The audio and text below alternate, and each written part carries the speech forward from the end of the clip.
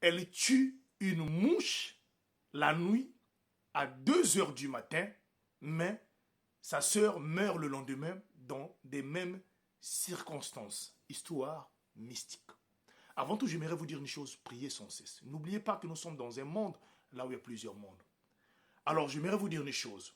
Si vous constatez dans des heures très tardives et que votre maison, votre appartement, il n'y a jamais eu des insectes et que vous remarquez des mouches, des fourmis, des cafards et que dans votre appartement, il n'y avait rien et dans des heures comme ça, alors faites attention. Levez-vous dans la prière et surtout si vous le voyez, en tout cas, tuez cela avant que ces choses-là puissent vous atteindre.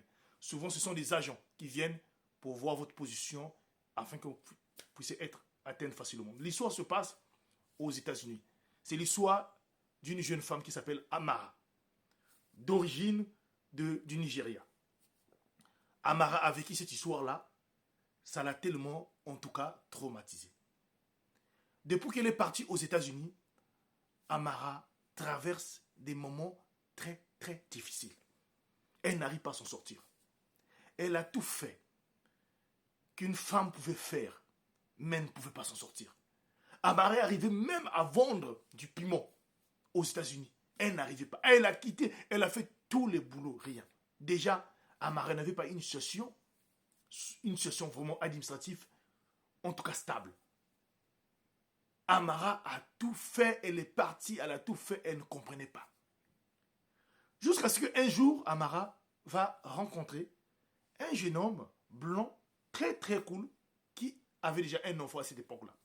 Et ce jeune homme-là va accepter de vivre avec Amara. Et va demander à Amara de venir vivre avec lui dans une même maison. Au départ, c'était bien. C'était bien avec le jeune homme. Tout marchait. Mais après seulement 6 mois de relation avec ce jeune homme-là, ça commençait à capoter. Les mêmes choses revenaient. Et chaque nuit, quand Amara dormait, Amara faisait toujours des cauchemars, des rêves, où elle était toujours pourchassée par des gens cagoulés, avec des bâtons. Parfois, c'est des rêves où elle est tapée. Elle ne comprenait pas. Un jour, avec des difficultés, son mari, le blanc, lui dit, ah, comme c'est comme ça, et que ces choses continuent, est-ce que tu ne peux pas aller chercher soit un pasteur ou un frère ou une église, aller prier? Et là, voilà, dans la ville, là où elle était, en tout cas, elle vivait avec son mari, là-bas aux États-Unis, il y avait une église des réveils qui était non loin de là. Donc, elle décide un dimanche d'aller à l'église. Et quand elle arrive à l'église ce jour-là, on parlait le sujet dans cette église-là, comment détruire les forteresses du monde des ténèbres. Et de là, on est en train de vraiment de démontrer comment ces agents-là attaquent la vie des gens qui sont en difficulté. Et de là, cette dernière-là, quand elle a fini le culte, elle est rentrée à la maison, elle est restée calme, elle a remis, attends, chaque soir, quand je suis devant l'écran de la télévision, je suis là, il y a toujours des insectes là. Pratiquement pareil, de la même manière qu'on a expliqué à l'église. Et ce jour-là, elle avait dit, si elle pouvait voir encore des insectes la nuit, en tout cas, elle devait s'en débarrasser. Et voilà, ça arrive, elle était en face, en train de suivre sa télévision. Quelle heure? 1 heure, était là, à 2 heures du matin. Elle voit comme ça, une mouche voler là. Je dis, attends, une mouche à cette heure-ci là? Et nous sommes en hiver, il fait très froid. Une mouche là, quelle heure? Elle volait, elle dit non. Elle se lève là, elle essaie un peu de suivre la mouche là, avec l'autre là, avec un petit pan là, jusqu'à ce qu'elle attrape et elle tue cette mouche là, la nuit à 2 heures du matin.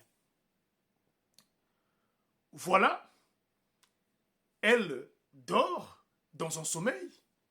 Il y a une personne qui l'apparaît en blanc qui dit que non, à partir d'aujourd'hui là, ta vie est libérée parce que tu as pu véritablement mettre fin à celui qui te menaçait, qui avait bloqué ta vie. Quand elle se réveille vers midi, quand elle se réveille, à midi, c'est un appel qui venait de l'Afrique, du Nigeria. On l'appelle que non, il y a ta sœur aînée qui venait de mourir. Elle est morte comment? Non, elle s'est réveillée bien, elle est sortie tout juste de la maison, elle avait des maux de tête, mais sauf que, au moment qu'elle causait avec sa copine, Donc, juste dans cette ambiance-là, sa copine a soulevé sur sa main et a mis sa main sur sa tête, sous forme, c'est comme c'est un peu cagé, un peu tapé. Et voilà comment elle est tombée aussitôt et elle est décédée sur place. Et là, Amara se rend compte que la mouche, le soir, quand elle avait tapé la mouche, au fait, elle avait écrasé la mouche, elle-même, elle avait vu, il y a que la partie de la tête qui était bousillée. Et Amara, après cela, décide de repartir dans cette église-là pour aller raconter son histoire. Et c'est là où, après des prières, des délivrances, on fait savoir à Amara que non, ton problème à toi était dû à ta sœur qui était là-bas, est vraiment une sorcière qui était dans une confrérie de sorcellerie. Et c'est elle qui voulait véritablement se débarrasser de toi. Mais heureusement que tu as décidé de venir, en tout cas, prier. Et elle décide de nous partager cette histoire. Elle dit, HPH dit à ceux qui te suivent de faire attention. Si votre vie, vous voyez ça ne marche pas, soyez un peu plus prudent. Regardez tout autour de vous. Est-ce qu'il n'y a pas des choses que vous trouvez qui sont des choses inhabituelles, que vous n'avez jamais l'habitude de voir? En tout cas, levez-vous dans la prière. Et surtout que là, nous dirigeons vers la fin de l'année. Alors, levez-vous dans la prière, s'il vous plaît. N'oubliez pas que ce monde où nous vivons est un monde là où il y a plusieurs mondes. Que Dieu nous soutienne, que Dieu nous bénisse. Partage-moi cette histoire-là, c'était HPH.